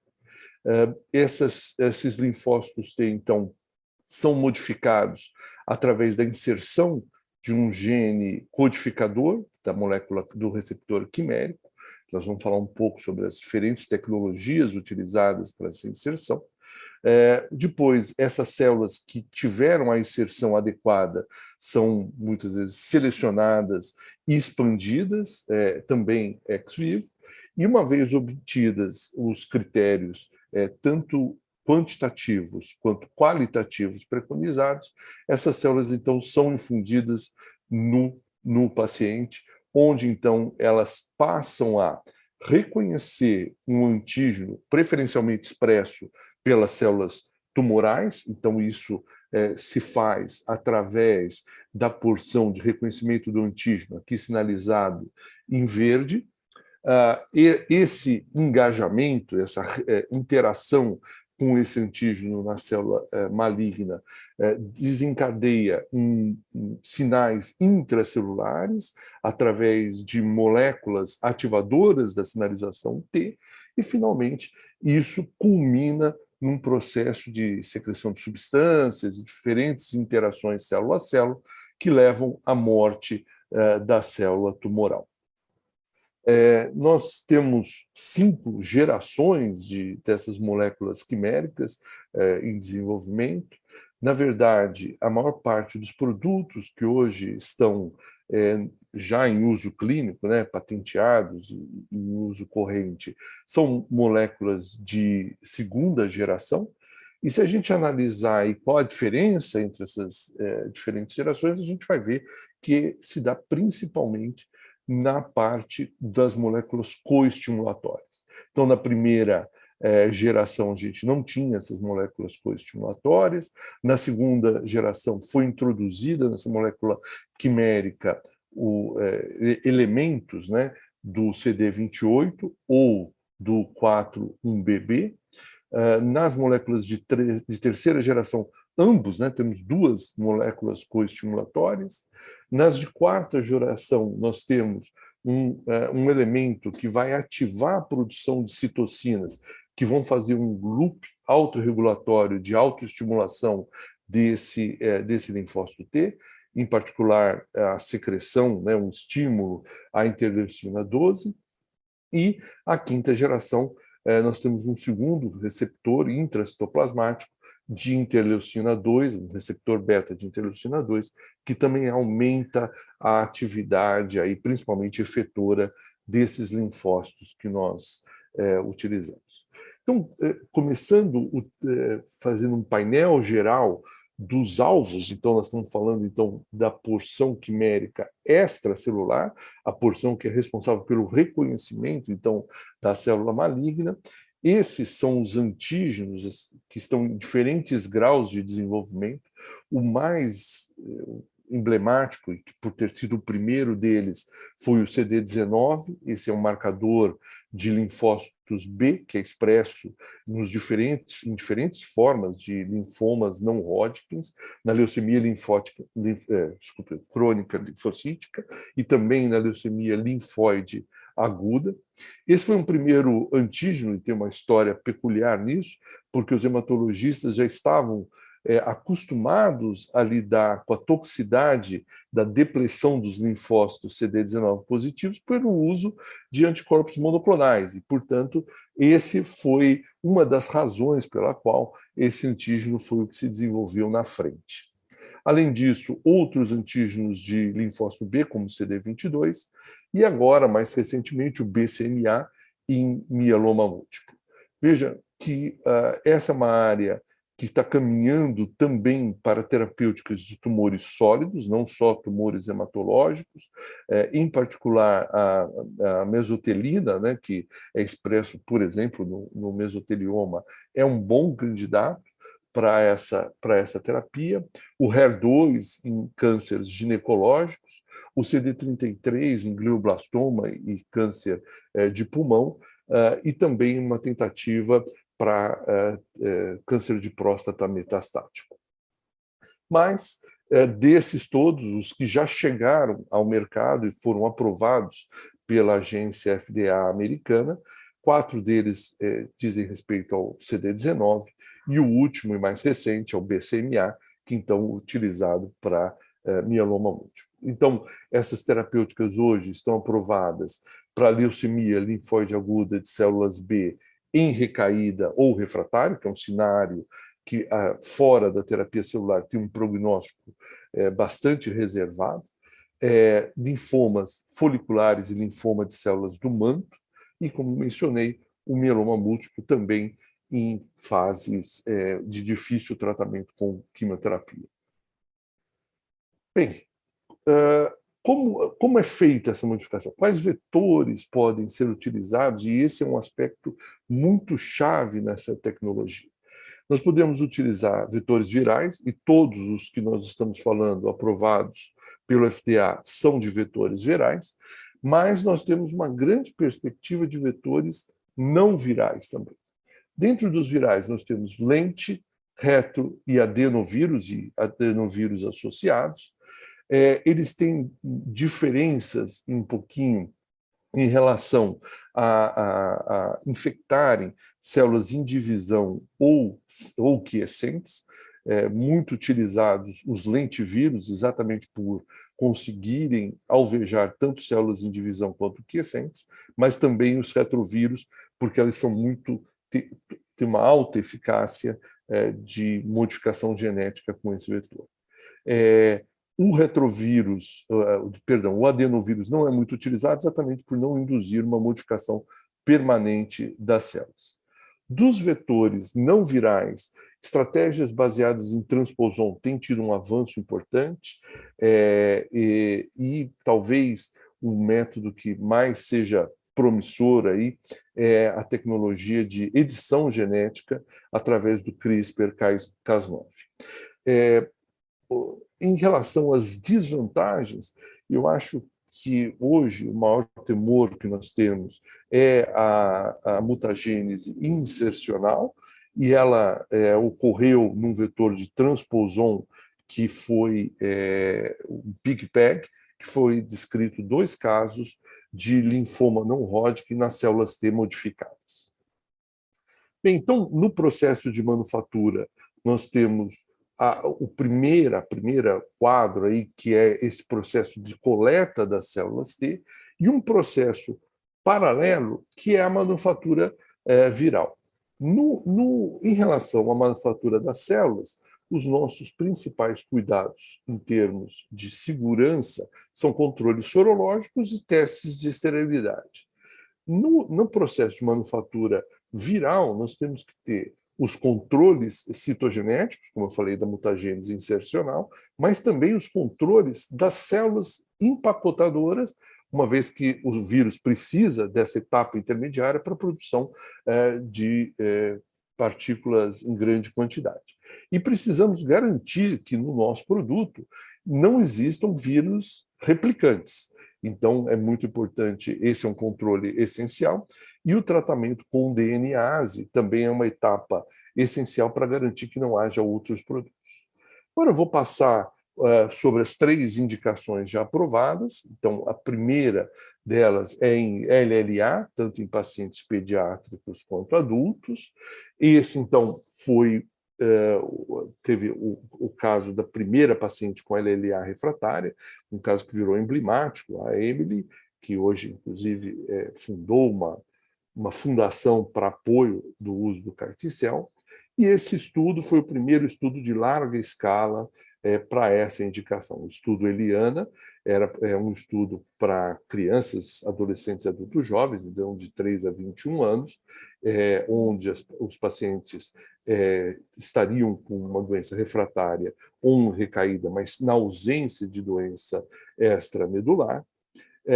O endpoint primário foi a obtenção de remissão completa ou remissão completa com recuperação parcial das contagens hematológicas, incluía um esquema quimioterápico de linfodepressão antes da infusão das CAR-T-cells e 2 faixas de doses de CAR-T-cells foram testadas. Os resultados aí com 75 pacientes foram muito positivos, considerando que as alternativas que nós tínhamos resultavam em taxas de sobrevida livre de eventos inferiores a 20%. Então, a gente teve, em 12 meses, metade dos pacientes tiveram uma sobrevida livre de eventos, e uma sobrevida global em 12 meses de 76%. A maior parte desses pacientes, 77%, desenvolveu uma das complicações mais comuns, que é a síndrome de liberação de citocinas, e sendo que dos 77, 48% deles receberam, então, anti-interleucina 6 como uma forma de tratamento desse evento adverso. O outro evento adverso preocupante são os eventos neurológicos, que ocorreram em 40%, mas não houve nenhum edema cerebral grave relacionado a essa toxicidade. A seguir, essa terapia foi testada em adultos também, com uma construção semelhante. Então, nesse estudo do grupo do Memória, do Michel Sennerlein, eles testaram pacientes cuja idade mediana era de 44 anos, pacientes que tinham doença refratária eram 23%, e reparem que pelo menos aí, mais 50% deles tinham tido mais de 3 tratamentos prévios e se encontravam com doença em atividade no momento. O primeiro gráfico à esquerda mostra a sobrevida livre de eventos de todos os pacientes, mostrando aí, então, que em 60 meses, né, em 5 anos, mais ou menos 20% desses pacientes estavam com uma sobrevida livre de eventos e uma sobrevida global um pouco acima, próxima a 40%.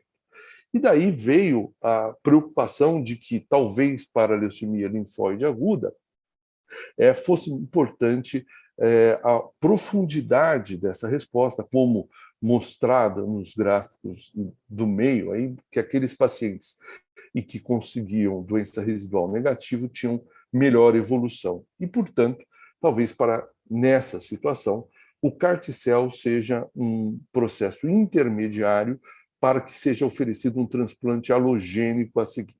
Isso é um ponto que ainda não está claro, né? Mas em muitos centros tem se adotado, particularmente nos pacientes que ainda mantêm doença residual positiva, o oferecimento de um transplante alogênico a seguir. Essa tabela resume os principais estudos que foram feitos em LLA. Observem vocês que a taxa de remissão completa é excelente, variando aí entre 60% e 93%. A maior parte desses pacientes alcança a doença residual mínima ou mensurável negativa, e a sobrevida livre de doença está em torno aí dos 50%. Passando, então, para o segundo grupo de doença, que é os linfomas não Hodgkins em recaída ou refratários, outro grupo de pacientes assim que realmente tem um prognóstico muito sombrio na ausência de outras terapias. E essa é uma recomendação do consenso brasileiro, da ABHH, a gente teve a felicidade de participar, onde, para esses pacientes, é primeiro oferecido uma terapia de resgate em primeira linha, e se ele não responder ou responder parcialmente a essa terapia de resgate, estaria, então, indicado a terapia celular, uma vez que, nesses casos de não resposta ou de resposta parcial, pouco pode se oferecer efetivo para esses pacientes. Existem 5 grandes estudos publicados, utilizando, então, diferentes tecnologias, e basicamente todos esses são anticorpos anti-CD19, com diferentes moléculas coestimulatórias em sua estrutura. A indicação variou, quase todos eles incluíam o linfoma difuso de grandes células B, o ZUMA-2, a célula do manto, e o ZUMA-5, o folicular grau 3-1 e o de marginal, todos pacientes politratados, e as taxas de remissão completa aí ficaram entre 40% e 76%, e uma estimativa de sobrevida global acima de 50%. Vejam que pode ocorrer falha, a não expansão da célula coletada, mas isso é um evento raro, inferior a 10%.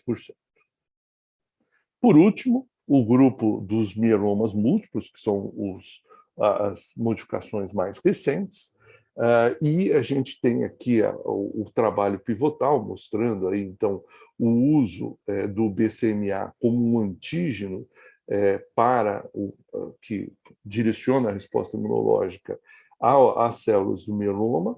Esses aqui são, então, pacientes politratados e que, de modo geral, tiveram uma boa resposta, em torno de 40%, para um paciente que dificilmente teria outra forma de resgate. Então, a gente vê aí que, em termos de resposta global, nós vamos ter algo como 70%, acima de 70%, e em torno de 40% desses pacientes com respostas completas. Então, nesse outro estudo, a mediana sobrevida livre de progressão foi de 8,8 meses, e aqueles pacientes que tinham uma resposta mais profunda, uma remissão completa, esse valor, essa mediana era de 20 meses, o que é excelente. Em termos de toxicidade, as duas principais são aquelas que eu já mencionei, principalmente a toxicidade neurológica e a síndrome de liberação de citocinas. Ambas existem protocolos bem estabelecidos para seu manejo e hoje dificilmente resultam em fatalidade. E no horizonte, o que nós temos? Temos muita coisa em termos de modificação genética. A mais promissora, provavelmente, é a modificação através do uso da tecnologia CRISPR, onde nós podemos retirar as moléculas que causam os efeitos colaterais ou que diminuam o critério universal de sua aplicação, como o próprio receptor de células T, utilizando, então, a edição gênica, e a busca por outras células, não só a célula T, mas um grande candidato são as células natural killers, que são menos suscetíveis à perda de antígenos, não causam doença do enxerto extra-hospedeiro e podem ser utilizados como um produto universal, dito off-shelf. Então, com isso, eu encerro. Esse é um tema que a gente, com certeza, vai estar convivendo daqui para frente, na hematologia e na oncologia, e não é uma questão se teremos essa tecnologia, mas sim quando teremos ela à disposição no Brasil. Muito obrigado. Muito obrigado, Eduardo, por mais essa ótima apresentação. Eu acho que, como já esperávamos, foi um painel assim, de altíssimo nível, muito inspirador.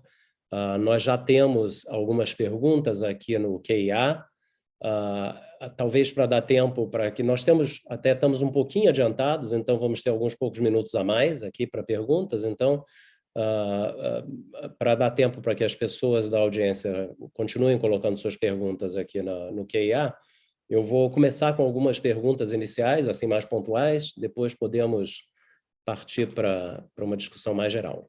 Então, assim, eu perguntaria, talvez, ao Bruno, seguindo aí um pouco pela ordem, na sua apresentação, o que ficou claro é que o foco mecanístico, assim, digamos, do que você imagina seja o efeito terapêutico dessas células, está muito na questão anti-inflamatória. No entanto, nós sabemos que essas células, elas secretam vários outros tipos de biomoléculas, inclusive dentro das vesículas extracelulares. Então, uma das ideias, por exemplo, é que elas possam regular a expressão gênica em tecidos-alvo, através da secreção, por exemplo, de microRNAs ou RNAs de interferência, alguma coisa desse tipo. Então, eu gostaria de saber o que você pensa a respeito de mecanismos alternativos que vão um pouco além, talvez, da questão inflamatória. Ótima pergunta. Acho que faz todo sentido. Tem um slide que eu trago na apresentação que separou em 3 eixos principais das mesenquimais. Um seria a de engenharia tecidual, que é o que ela é capaz de se transformar, né, de se diferenciar, que são tecidos de origem mesodérmica. Então, se a gente está pensando numa regeneração para cartilagem, para tecido ósseo, faz todo sentido usar essa célula nesse tipo de protocolo. O outro ponto seria a imunomodulação, que é muito nítida nessas células. Então, daí a maior parte das terapias que vem sendo desenvolvidas vem explorando esse aspecto. Mas tem esse terceiro ponto que você colocou brilhantemente, que é o perfil secretório, que não tem nada a ver com imunomodulação, mas tem a ver com reparo tecidual, regulação de outros processos.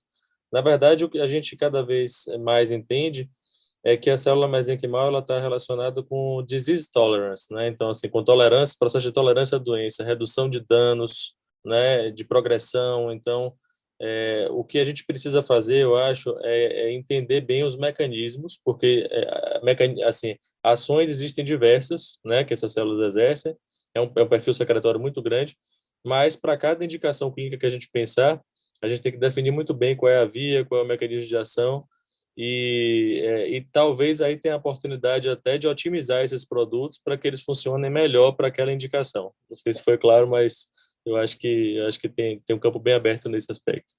Claro. Obrigado, Bruno. Eu vou passar, então, agora, vou alternando aqui um pouco com algumas perguntas do QIA.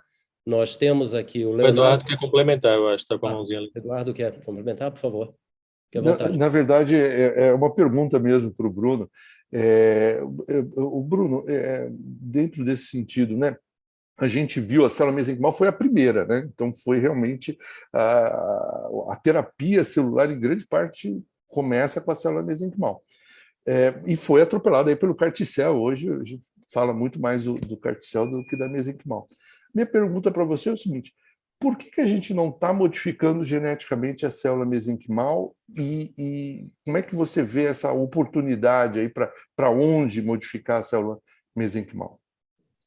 Eu acho fantástico. A gente tem feito no laboratório no nível da pesquisa básica, assim, ainda de estudos com estudantes mesmo de pós-graduação, mais exploratórios, de tentar modular vias específicas, porque isso é uma oportunidade assim muito grande para você melhorar a função da célula para alguma atividade, doença específica, para você modificar a carga do que a célula coloca dentro daquelas vesículas extracelulares, né? E tudo isso é uma oportunidade de você ter um produto patenteável, inclusive, né? Também, que é muito importante para o desenvolvimento.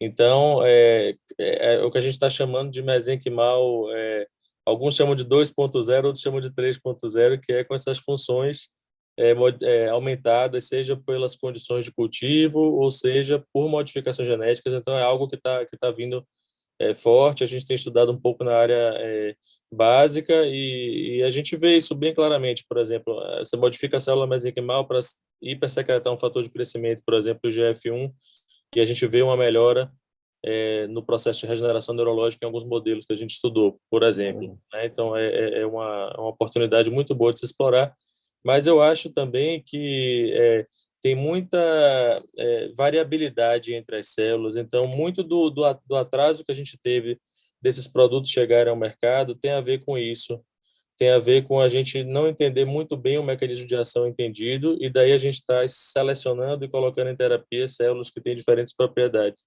Então, aí eu volto àquela questão do slide, que durante o desenvolvimento do produto é muito interessante e é fundamental, na verdade, que se entenda qual é o mecanismo de ação por aquela indicação clínica, e daí que a gente possa selecionar as melhores células ou modificar as funções das células para que elas funcionem melhor naquele sentido. Tá ótimo, obrigado. Obrigado. Eu vou, então, passar aqui para algumas questões do QIA aqui. Inicialmente, uma questão direcionada para o Toffoli e para a Clarice. O Leonardo Tavares coloca que foi mencionado aí por vocês que há ainda desafios regulatórios para as pesquisas com psicodélicos, e ele gostaria de saber o que vocês veem de força, por outro lado, o que vocês veem de forças e oportunidades no Brasil que podem aumentar o número de pesquisas e até mesmo viabilizar a produção ou comercialização de um eventual produto. Numa área um pouco relacionada, a Alice Viana pergunta também nesse tema como é a questão do fornecimento das substâncias. Eu imagino que ela se refira tanto ao fornecimento, à obtenção das substâncias para uso em pesquisa, mas principalmente para a prescrição depois, para estudos clínicos, enfim, uma vez que elas são consideradas, algumas delas são consideradas ilegais. Vocês poderiam discutir um pouco esses temas? Claro. Clarice, vou começar, tudo bem? Pode ser? Tudo bem, vai lá. Então, olha só, acho que é importante saber que nunca foi proibido fazer pesquisa com substâncias proscritas no mundo e no Brasil. Então, o órgão regulatório, na lei de drogas, está dizendo que vai ser regulamentado pelo órgão específico que faz isso, que é a Anvisa.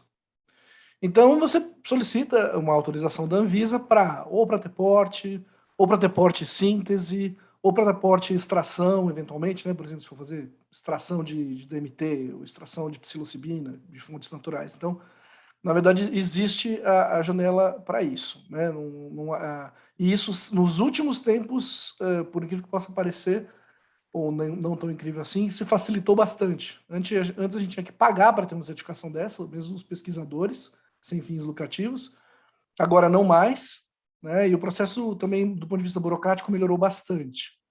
Mas, para o ponto de vista da administração, que o Sérgio falou, ainda não é possível, né? Então a gente precisaria ter, para isso, teria que ter resoluções da Anvisa que permitissem isso, o medicamento teria que estar registrado e coisas desse tipo. Então a gente não tem ainda essa possibilidade, não existe essa possibilidade. Tanto que muita gente me procura como psiquiatra, quero fazer tratamento com ayahuasca, quero fazer tratamento com psilocibina. E eu sou obrigado a dizer que não posso fazer. Né? Não está dentro da lei ainda, então a gente tem que estar fazendo uma caminhada pela pesquisa para poder abrir essa chance na terapêutica. É óbvio que também a pressão que vem de fora, né, com a provável liberação do MDMA e da psilocibina lá fora, deve abrir campos aqui também. Em termos de oportunidade, o Brasil é um dos lugares que mais publicou sobre psicodélicos, tanto do ponto de vista de análises neurocientíficas em geral, não necessariamente terapêuticas, mas também terapêuticas. E uma das razões é o fato da ayahuasca não ser proibida para uso ritual, né, e também para uso científico. No caso da ayahuasca, é inclusive mais simples ainda do que solicitar para uma outra substância purificada. Então, todo o caminho aberto por um processo muito interessante que aconteceu durante a redemocratização, ali a partir dos anos 80, e foi se concluir no início desse século, trouxe o Brasil para um espaço de um país que deu a oportunidade aos pesquisadores de conhecerem e experimentarem, né, em diversos cenários de pesquisa, essas substâncias. Né? Então, eu acho que estaria mais aí. Agora, o próximo passo, não necessariamente a gente vai ficar só na ayahuasca, inclusive tem questões aí do ponto de vista de reciprocidade, os povos originários, tem questões aí de, né, como é que a gente pensa isso em termos de propriedade intelectual, mas já se abriu esse caminho e nós estamos muito mais na frente do que, por exemplo, vários países europeus, como a França, mesmo a Alemanha e por aí vai. Né? Nós estamos entre os 3 primeiros lugares, entre os artigos de maior impacto, né? Então, em terceiro lugar no mundo dos artigos de maior impacto com psicodélicos. Então, tomara que a gente consiga manter isso. Obrigado, Luiz. Antes de passar para as considerações da Clarice, uma questão relacionada que foi colocada pela Griselda Garrido, Clarice, ela gostaria que você comentasse um pouco mais assim, os principais desafios e oportunidades do empreendedorismo científico, em geral, no Brasil, a partir da sua experiência com a Nova Geia ou com a Sairama, especificamente. Então, se você pudesse abordar as duas questões na tua resposta. Tá ótimo, obrigada pelas perguntas. Primeiro, antes de entrar na questão da Griselda, só complementando o Toffoli, ele já foi super, né, profundo aí na resposta, mas reforçando o que ele disse, que saiu na Folha de São Paulo de fevereiro desse ano, inclusive eu indico bastante a leitura para quem tem interesse na área.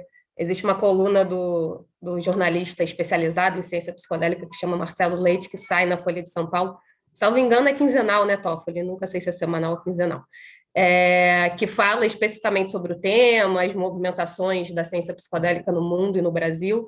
E uma das edições de fevereiro foi exatamente essa manchete, né, o que o Toffoli falou. O Brasil é o terceiro país em produção científica na área da ciência psicodélica do mundo. A gente só perde para Estados Unidos e Reino Unido, salvo engano. Então, a gente conta aqui com grandes nomes de referência global mesmo na ciência psicodélica. Aí a gente está falando de vários pesquisadores, como o Braulio de Araújo, o Siddhartha Ribeiro, da Universidade Federal do Rio Grande do Norte, o próprio Toffoli, que é com a gente, da Unicamp.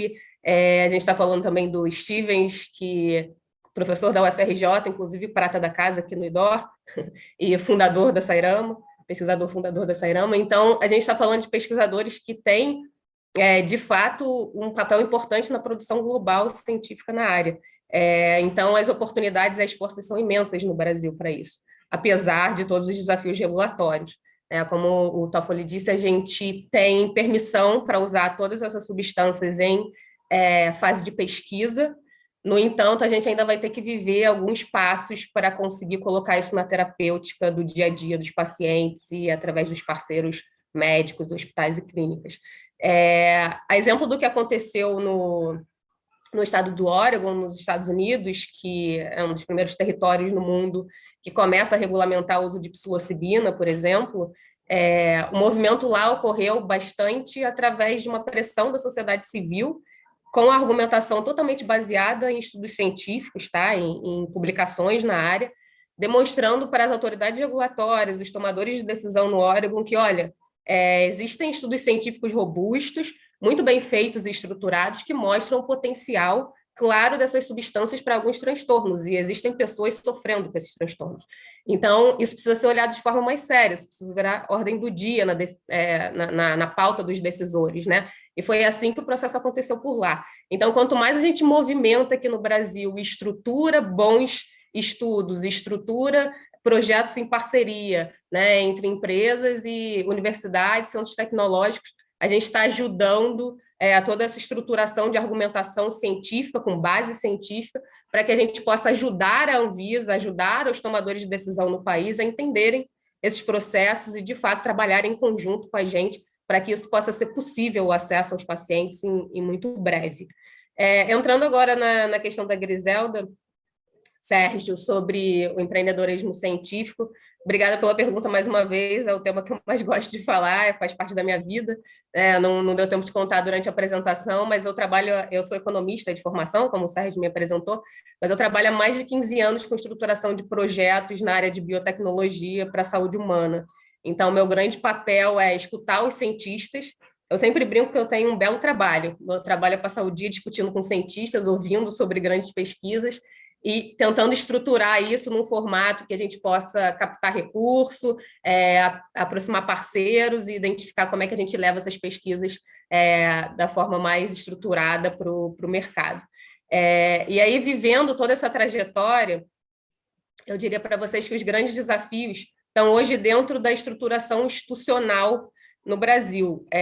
A gente teve a promulgação da Lei de Inovação aqui em 2004, e essa lei trazia como cerne central o estímulo à inovação e às interações entre centros tecnológicos, universidades e empresas privadas, para que, de fato, o processo de inovação acontecesse em rede, né, no nosso Sistema Nacional de Inovação aqui no país. E aí, mais uma vez, me repetindo, como eu disse na minha apresentação, o processo de inovação está ligado a chegar ao mercado, a emitir nota fiscal, a chegar à sociedade, trazer benefício a alguém, né? Então, enquanto a gente está com as pesquisas dentro do laboratório, a gente ainda está falando do processo de invenção. E aí a Lei de Inovação trazia as possibilidades de interação entre diferentes atores desse setor do Sistema Nacional de Inovação, para que a coisa acontecesse de forma mais azeitada e essas tecnologias pudessem ser acessadas pela sociedade. Mas entre a promulgação da Lei de Inovação em 2004 e a organização de todos os centros tecnológicos, das universidades, das empresas, de todos os atores envolvidos em desenvolver suas políticas internas de inovação, estruturar os seus núcleos de inovação internos para que a gente pudesse identificar e entender como é que esse relacionamento pode acontecer de forma organizada e juridicamente bem estruturada. Esse é um processo longo de amadurecimento institucional. O país hoje traz todo o arcabouço legal, né, o arcabouço jurídico regulatório para que isso seja permitido. As instituições vêm avançando fortemente nesse sentido, as ICTs estruturando cada vez mais seus núcleos de inovação interno para se relacionar com essas empresas privadas, mas a gente ainda tem caminho longo pela frente, né, do amadurecimento dessas políticas e de como a gente trabalha isso no país sem risco legal para os pesquisadores que se envolvem no empreendedorismo científico e para as empresas que se relacionam com essas instituições públicas, especialmente federais, e todo um trabalho também das procuradorias federais que analisam, né, todos os contratos que as universidades federais no país precisam olhar e assinar e trabalhar em conjunto, que eles possam, né, cada vez mais conhecer melhor a área, entender melhor esses mecanismos de inovação para que possam ajudar a gente aí nessa estruturação desses modelos de parceria. Então, os desafios estão aí, né, nesse amadurecimento institucional na área, mas as oportunidades são maravilhosas também, vêm acontecendo de forma bastante interessante. Obrigado, Clarice. Antes da gente passar uma rodadazinha rápida final entre os 4 panelistas, eu gostaria de fazer uma pergunta para o Rego. Você mencionou que as técnicas de CRISPR atualmente são uma das abordagens possíveis para engenheirar as células CAR-T, né, como a gente vem vendo, mas eu gostaria que você comentasse um pouco da sua perspectiva, como você enxerga assim, as possibilidades de uso, seja diferencial, seja complementar, de CAR-T versus a edição gênica diretamente da célula tumoral, por exemplo, em tumores sólidos. Como você imagina que essas duas ferramentas, a edição direta do tumor, da célula tumoral versus o CAR-T, poderão ser utilizadas futuramente? Veja, eu acho que o uso, né, nesse caso, as células do sangue são sempre mais fáceis, por isso que elas saem na frente, né? Por isso que a hematologia muitas vezes é o berço dessas tecnologias, porque a gente tem acesso a um tecido líquido, né, que a gente consegue estudar. Então, eu acho que essa é a razão pela qual a gente vê um desenvolvimento maior no sentido das CAR-T. As tentativas de mutação, de edição gênica do tumor, elas tiveram um desenvolvimento importante na década de 90 e depois elas tiveram uma interrupção. E fundamentalmente, acho que essa interrupção se deveu ao fato de que a mutagênese insercional foi detectada em alguns pacientes, então a gente ainda não conseguiu ter uma segurança absoluta de que nós não vamos induzir outras mutações e eventualmente prejudicar, né, o paciente. Existem, né, no caso de deficiências imunológicas, em que foi feita a terapia gênica, a descrição de desenvolvimento de linfomas, infelizmente em células manipuladas. Então, essa que é a alimentação. Eu acho que, à medida que a gente tem melhores vetores mais específicos para entrega, eu acho que é aí que está faltando, o passo que está faltando é a entrega. Então, quando nós conseguimos dar o salto de conseguirmos entregar esse sistema, nós temos o sistema pronto, nós não conseguimos entregar de uma forma muito específica ainda. Então, aí eu acho que a terapia gênica tumoral vai dar um salto. Perfeito, muito obrigado, Eduardo. O Bruno gostaria de te fazer uma pergunta direta também, Bruno, por favor. Bem rápida. Na verdade, é o seguinte, a gente vê que um dos problemas aí relacionados com a CAR-T atualmente, por serem autólogos por enquanto e ser uma manufatura centralizada, a gente tem que mandar isso para a indústria, né, fora do Brasil e tal. Como é que você está vendo que isso vai se delinear? Você acha que a gente vai mudar para um modelo de CAR-T halogênica ou você acha que vai para um modelo de descentralizar a produção das CAR-Ts autólogas? Eu acho que essas coisas nós vamos conviver com os dois sistemas, né? Esse sistema hoje que as grandes companhias farmacêuticas desenvolveram, ele está maduro, né? Hoje nós temos 6.000 pacientes que já receberam CAR-T-cell só nos Estados Unidos. Então a gente vê que é um número muito grande. Então esse modelo está maduro. Eu acho muito que a Clarice falou aí, quer dizer, eles tiveram o know-how e o capital para fazer isso, então ele vai existir. Mas esse é um sistema que já está atingindo a sua limitação intrínseca de produção, né? Então, o chamado tecnologia point of care, né, que é fazer isso dentro dos hospitais, né, em pequenas estruturas, não tão pequenas, né, mas como as nossas, por exemplo, né, Bruno? Eu acho que essa é uma saída muito importante. Na verdade, eu imagino que para nós, como IDORE, essa vai ser nós vamos ter muitas vantagens em estabelecer, como isso está sendo feito, por exemplo, pela Universidade de Ohio e outras universidades, Cleveland e outras universidades aí que estão desenvolvendo essas estruturas em escala média para paciente. E aí vai vir um segundo passo. O segundo passo vai ser ou por CRISPR, ou por tecnologia de edição gênica, ou por mudança da célula, né? Ou passarmos, por exemplo, para NK, ou para monócitos, ou para outras células, aí sim nós vamos poder ter o uso halogênico, então o chamado off-shelf. Perfeito, muito obrigado. Pegando um pouco a deixa do que você falou sobre escalonamento aí um pouco, eu gostaria de fazer uma última colocação aqui, uma pergunta, quem quiser comentar, a pergunta do Márcio Nakanishi. Ele, ao mesmo tempo que reconhece toda a importância estratégica do conceito da medicina de precisão, ele se pergunta sobre o desafio de operacionalização dessa medicina personalizada versus o escalonamento da produção. Então, eu acho que o Revo já comentou um pouquinho sobre isso agora, brevemente, mas se quiser expandir, ou se outro mais tiver interesse em comentar essa questão de como expandir, como escalonar a produção de algo que é intrinsecamente personalizado. Eu só expandindo um pouquinho, só para complementar, eu acho que a saída é essa, quer dizer, eu acho que nós vamos ter que ter tecnologias em hubs menores, por exemplo, estruturas em rede de hospital, onde a gente possa produzir de uma forma mais rápida, sem ter que exportar células, que é o que atualmente a tecnologia exige. Alguém mais gostaria de comentar algo a esse respeito? Eu acrescentaria uma coisa, desculpe. Pois não, quer falar? Claro. Eu acho que no caso dos psicodélicos a gente ainda não chegou nessa fase da medicina personalizada. Então ainda estamos explorando muita coisa e, na verdade, a gente tem um leque muito amplo. Então, o cenário, o tipo de terapia, o tipo de droga, a dose da droga. É claro que, e aí a gente ainda está explorando isso em termos gerais. Acho que podemos chegar em algum momento na fase personalizada, mas ainda não é agora. Bruno, você tem um comentário final?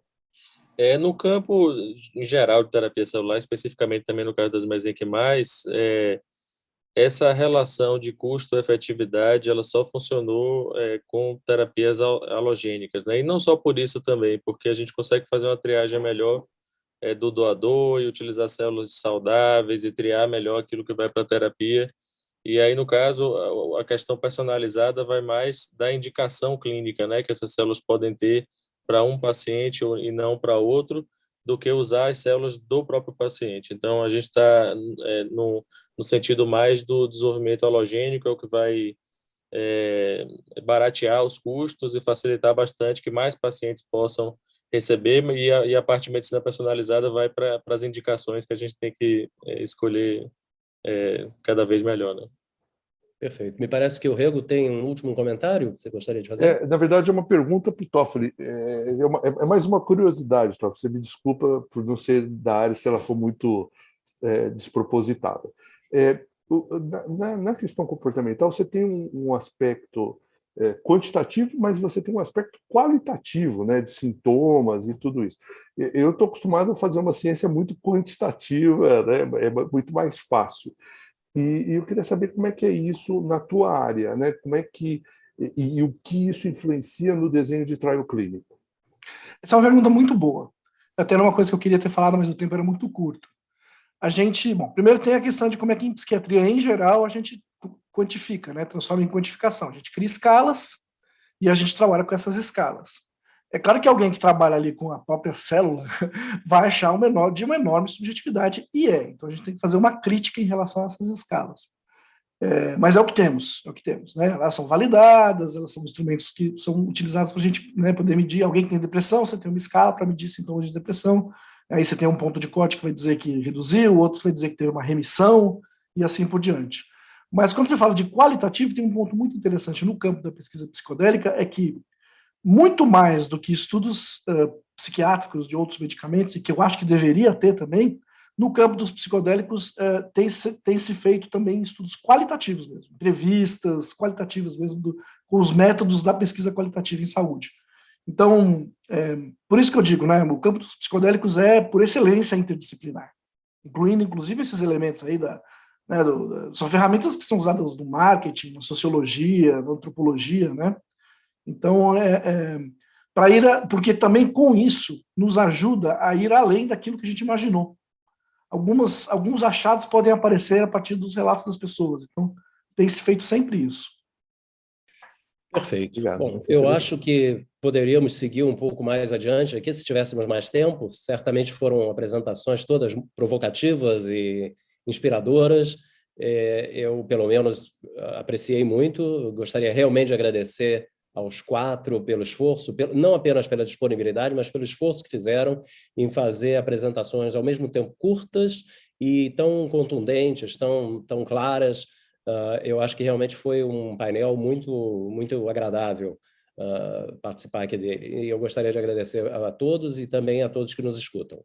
Eu passo, então, a palavra à Crícia para que dê seguimento à programação do evento. Muito obrigada, Sérgio. Nossa, que painel incrível. Gostaria de parabenizar cada um de vocês, Sérgio Ferreira, pela moderação impressionante. Parabéns a todos os pesquisadores pela didática. Acho que é um ponto assim, muito importante para a gente conseguir comunicar com clareza tudo que os nossos pesquisadores têm feito. né? Acho que é importante para a sociedade, né? Mesmo para quem não é cientista, conseguir entender um pouquinho de ciência e o trabalho que está sendo feito. Então, parabéns pela didática. E, Clarice, que resposta incrível sua, explicando um pouco dos desafios do empreendedorismo científico. Realmente, a gente, como Open Door, também divide esses mesmos desafios, né, como agência de inovação do EDOR, e eu acho que é importante, né, a gente está se aproximando, fazendo parcerias, realmente promovendo o Open Innovation, né, e promovendo essas parcerias que viabilizam realmente a inovação acontecer aqui no Brasil, né, então, realmente, parabéns pelo painel, foi impressionante.